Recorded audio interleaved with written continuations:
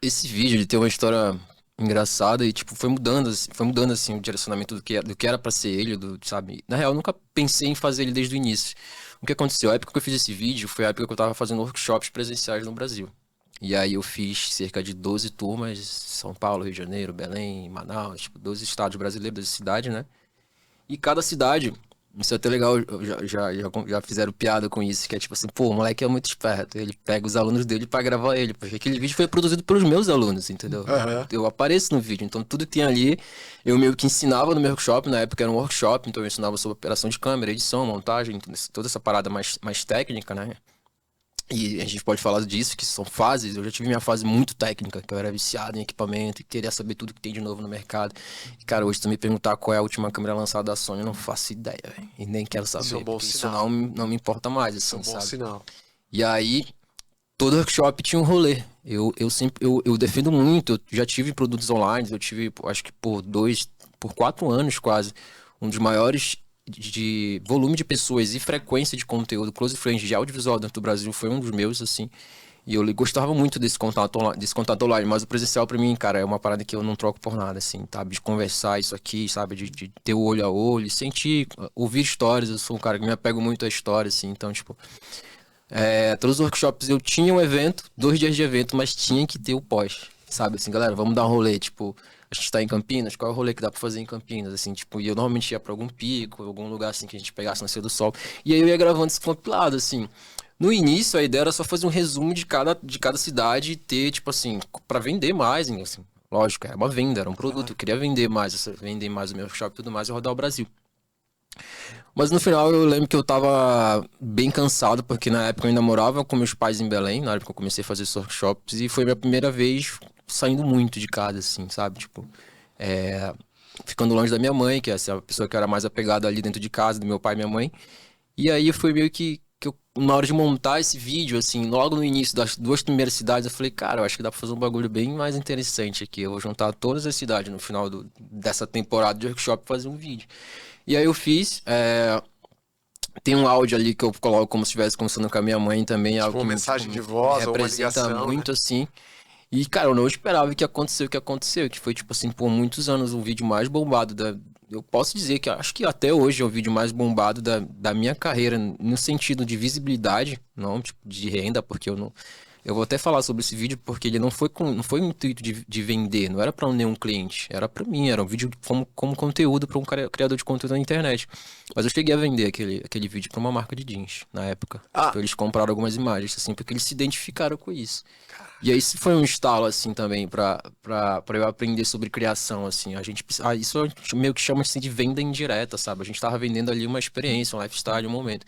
Mas o lance desse vídeo ter bombado e ter muita gente se identificado, furou a bolha um pouco, furou a assim, bolha. porque as pessoas começam a compartilhar, mesmo não sendo do audiovisual, porque a mensagem é bem clara. É o sacrifício que você faz de ficar longe da sua família ou do seu conforto, dos seus amigos, pra fazer crescer, sabe? Tipo, construir alguma coisa. Isso era a mensagem. Então, tipo, eu tava há 5 meses rodando no Brasil, longe da minha mãe, tipo assim, não via muito minha família, mas eu tava lá.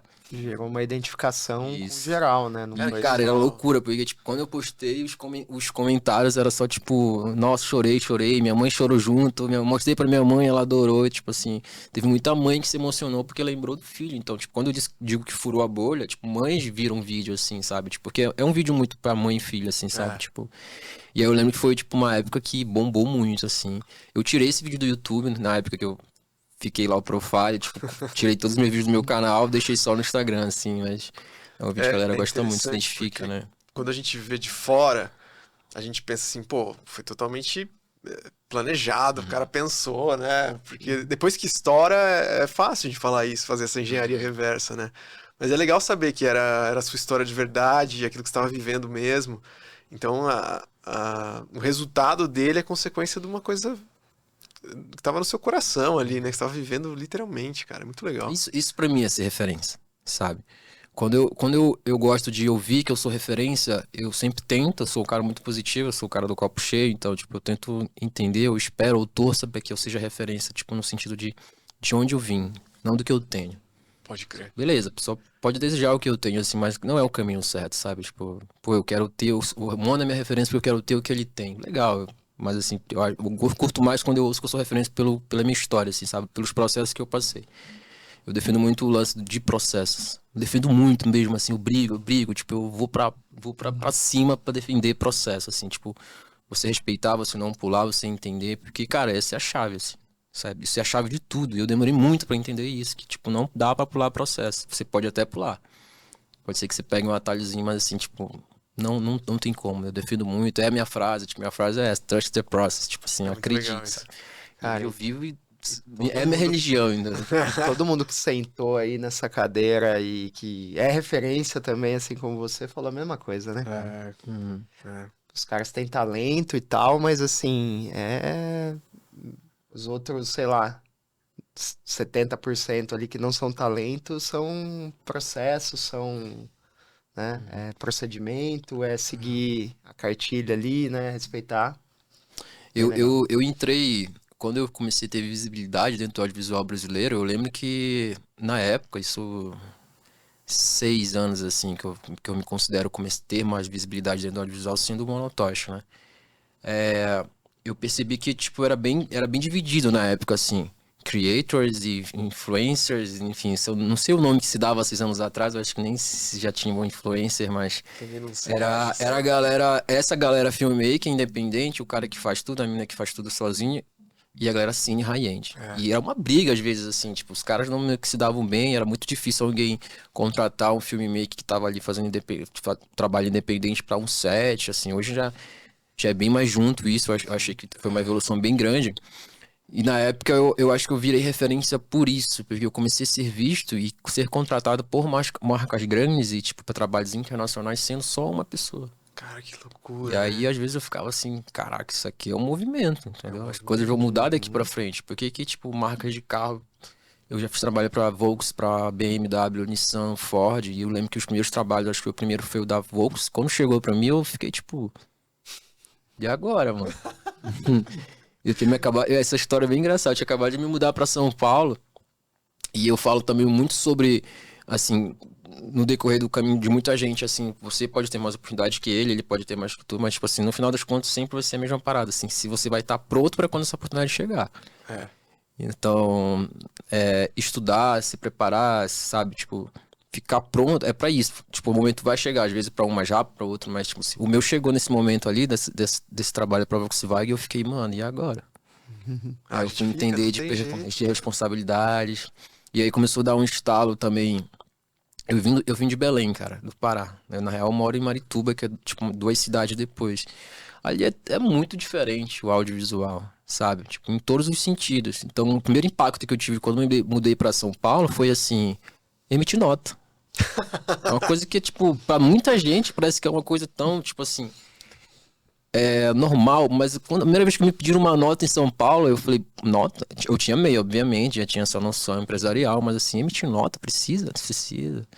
60 dias, 30 dias, 90 dias, aí eu fui entendendo, porra, velho, peraí, não é só arte, não. E aí outra parada que hoje eu vou pra cima brigando também, mesmo sendo referência em criação, em arte, em lifestyle, é defender o lado do business da parada, cara. Tipo assim, a molecada tem que já começar estudando, abrindo canal de finanças, de tipo assim, de organização, de gestão, sabe? Do que de Controle gravação. financeiro Tipo e assim, a de como porra lidar toda. um hack numa câmera. Isso é o de menos, mano. Isso é tipo, hoje, se eu pudesse dar uma dica pra galera, tipo assim, estudar venda, marketing e gestão financeira e, tipo assim, administrar a sua empresa. Mesmo que se você for só uma, tipo assim, hoje eu tenho minha produtora, eu já delego funções. Outra coisa que doía muito, cara, eu não aceitava botar outra pessoa pra editar uma coisa que eu, sabe, a concepção veio de mim, assim, tipo, a ideia, a referência, construir e defendi pro cliente. Que aí tem que passar pra outra pessoa editar. Demorei muito, cara, mas consegui. Hoje eu confio na minha produtora, eu confio no meu editor, no meu colorista. Hoje eu tô mais na direção e na criação e na gestão, assim, geral, assim, por cima. Foi difícil, mas a gente chega nessa fase, assim. E aí eu lembro que eu comecei como referência por ser esse cara creator, assim, tipo, esse movimento creator. O que é um creator? É o cara que tá entre um filmmaker independente e uma produtora de médio e pequeno porte que consegue atender uma coisa maior. Porque começou a chegar clientes grandes. Eu falava assim, putz, velho, é muito doido. Meu primeiro carro, quando eu tinha sei lá quantos anos, foi um Polo todo lascado lá.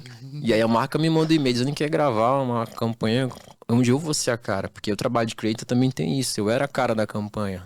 Era um projeto da Volks que era meu WV. E eles disponibilizavam os carros que estavam em lançamento. Na época do meu projeto, na minha campanha, foi o Virtus, eu acho. E aí dava uma liberdade de criação, assim. Tipo, aprovado o orçamento, você podia escolher o que quisesse. Eu fui rodar lá no Sul, sabe? Tipo, foi uma experiência bem, bem da hora, assim. Até porque a marca te contrata pelo que ela viu você fazendo Sim. ali online. E se ela começa a impor muitos pré-requisitos, ela descaracteriza a sua identidade, né?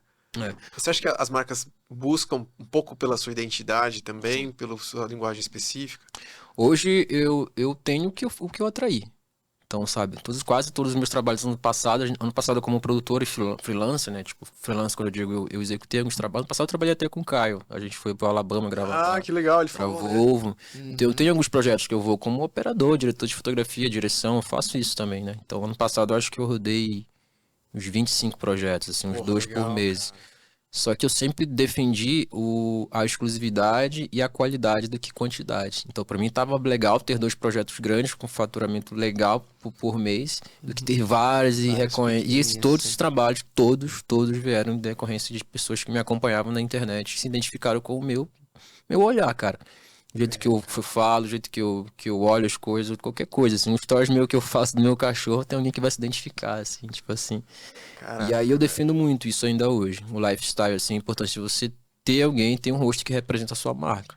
Eu tenho minha produtora, eu delego funções, eu quero atingir mais clientes, começar a sair um pouco disso que é o monotoche. Então, começar a Sim, sim. contratar minha produtora pelo nome dela e não só por mim, porque vai ter 7, de repente, às vezes eu não vou poder estar e tudo bem. É, tem que Todo, estar todo tudo mundo que bem. tá ali são pessoas de confiança, né? Sim. Mas eu trabalhei muito esse lifestyle e colhi esse fruto, tipo assim, de ser a cara da parada. Tem os contras também, tem gente que não vai me contratar ou não vai querer me indicar só porque não foi com não bateu algum valor com o meu. E tudo bem, cara. Mas eu defendo muito, assim, gosto muito desse, sabe? De botar, assim, de ter seu valor exposto, assim, na internet, rede social, basicamente falando de Instagram. Porque eu entendo muito, assim, sobre valor, não preço, né? Aham. Tem uma curiosidade sobre o meu trabalho que quem estiver assistindo e não acompanhou outros podcast, é que antes de ser filmmaker eu trabalhava vendendo um carregador de celular, cara.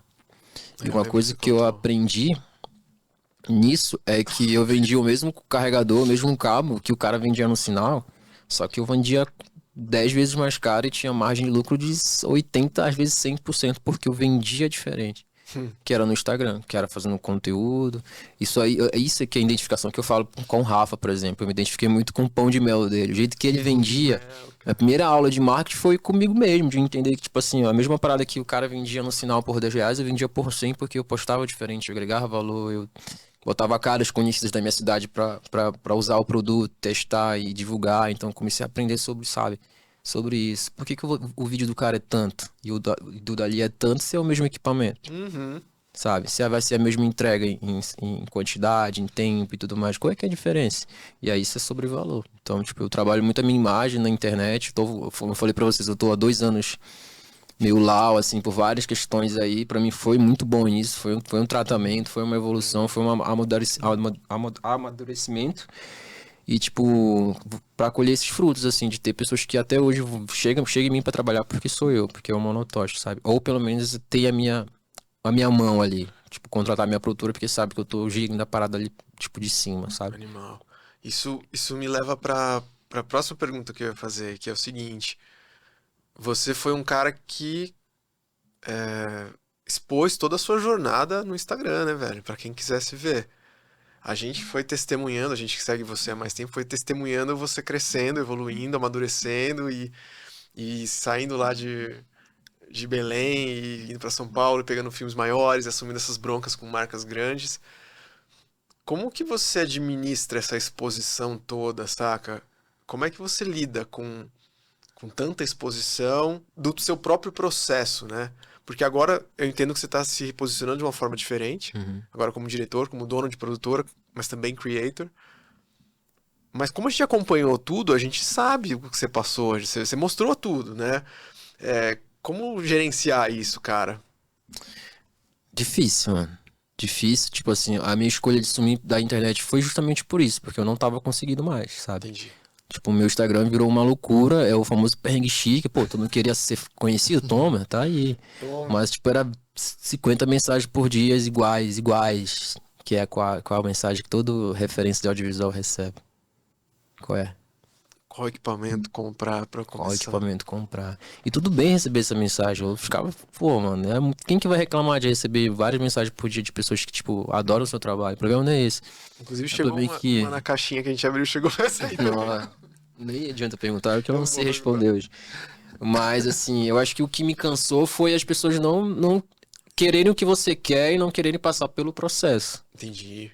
Então, sabe, eu via muita gente, tipo, me mandando mensagens, assim, resumidamente, sempre, tipo, perguntando qual é a fórmula, como eu chego nisso. Como se tivesse uma receitinha de bolo Então, ali, não né? tem, cara, não tem receitinha de bolo. É porque quando o nego olha de fora e vê que você cresceu muito em muito pouco tempo, o cara.